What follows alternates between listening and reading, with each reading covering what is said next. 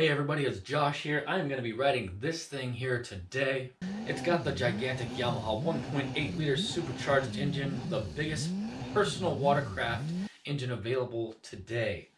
Got some really smooth water for today, so this should be pretty good. So I'm going to load it up and take it to the water.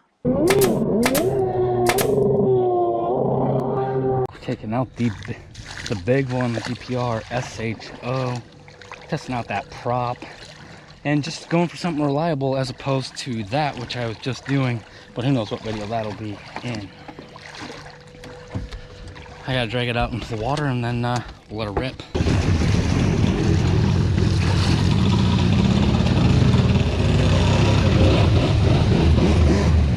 Okay, check the screen angle for you guys.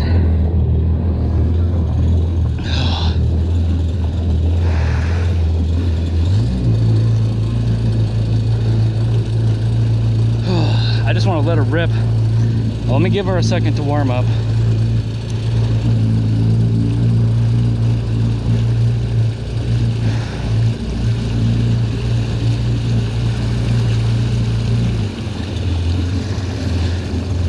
Have a bit more gas in her today.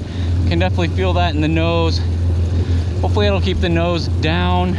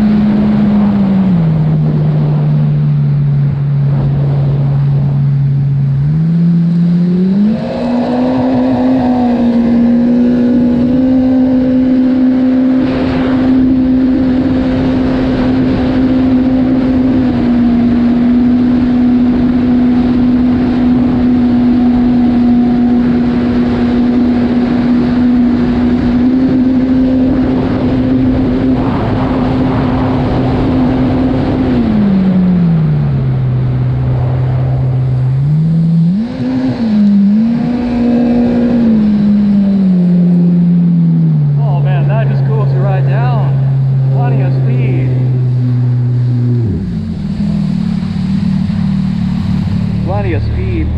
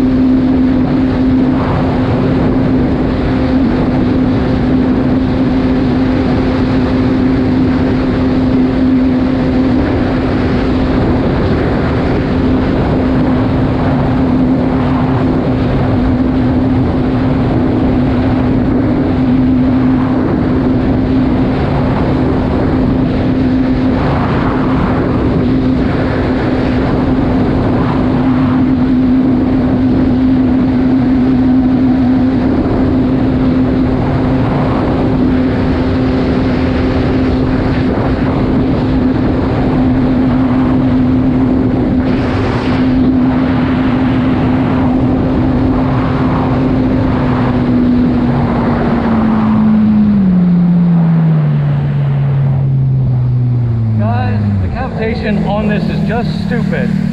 When I get home, I'm ordering a scoop grate for this. First thing I do when I get home, scoop grate. Gosh, and then we're gonna work on sealing everything up. You know, the intakes, grates, all the holes, just everything, all the pump stuff. We're just gonna freaking do it.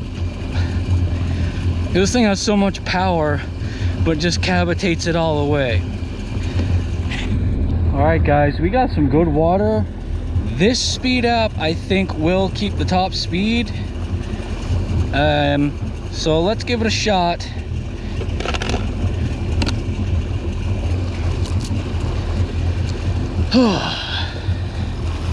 Got some good water. All right, let's see what happens.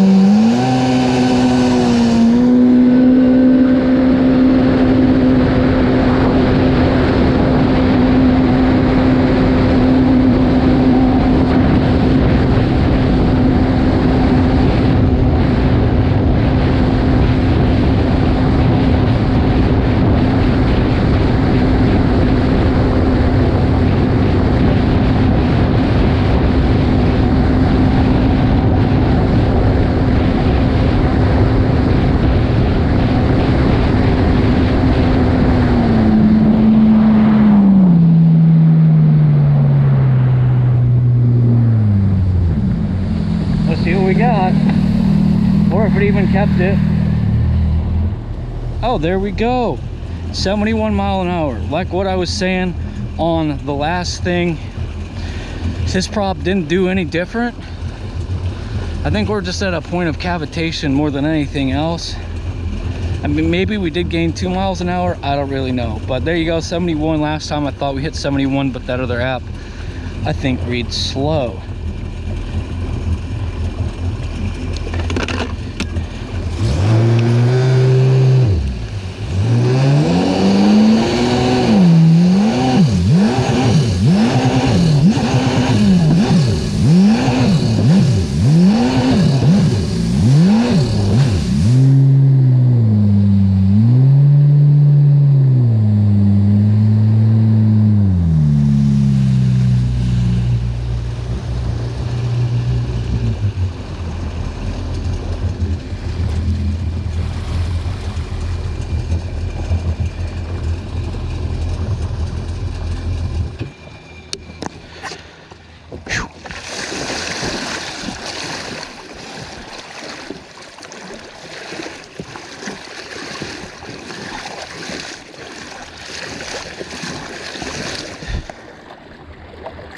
So this is still cavitating quite badly, and like I said, I'm going to just go ahead and order the scoop grate for it. The handling seemed really good. It seemed nice and planted. The engine wasn't as hooked up as I wanted it to be, you know, because of the impeller and the cavitation and whatnot. So, you know, that might be kind of masking the handling, like making it seem better than it really is, since it's not going to really hold that speed on a corner. That being said, the mid-range was very strong, because that's kind of where this thing was the most hooked up. If I modulated the throttle properly, it stayed hooked up really nicely, but I had used my throttle as sort of like a traction control almost, just because, you know, we're just spinning prop. This thing overpowers the heck out of that prop. So I did like the handling of it. The top speed is not where I want it to be, and I need to just go ahead and order the aftermarket impeller for this thing. There has been talk about the buck that you get on these at a certain speed, because I've still got the stock intake grate on it, and you know, I'm right around 70 miles per hour. I'm not feeling anything unusual at all. I really think that the buck is more to do with your setup, so it's probably going to be different on just about every one of these things. But after doing a bit of research, from what I can tell, the guys who are doing the GPRSHOs on these, they're experiencing the buck at around 80 miles per hour. So you know, it's in my mind, so if it does start lifting up in the rear, I don't think it's going to be a huge problem. I have actually flipped over the bars on a different ski at one point in my life, and that was unpleasant to say the least. I actually hit a sandbar and front flipped over my ski and landed in front of it. So I've experienced some unusual things on a ski before. So hopefully I'd be ready for it if it did kind of give me the buck. It doesn't sound like it, like front flips the ski or anything. It sounds like it kind of lifts the back end out of the water and it feels just really odd, If you guys want to see more videos on this, the GPRSHO project, give this video a thumbs up, and I will see you next time. Guys.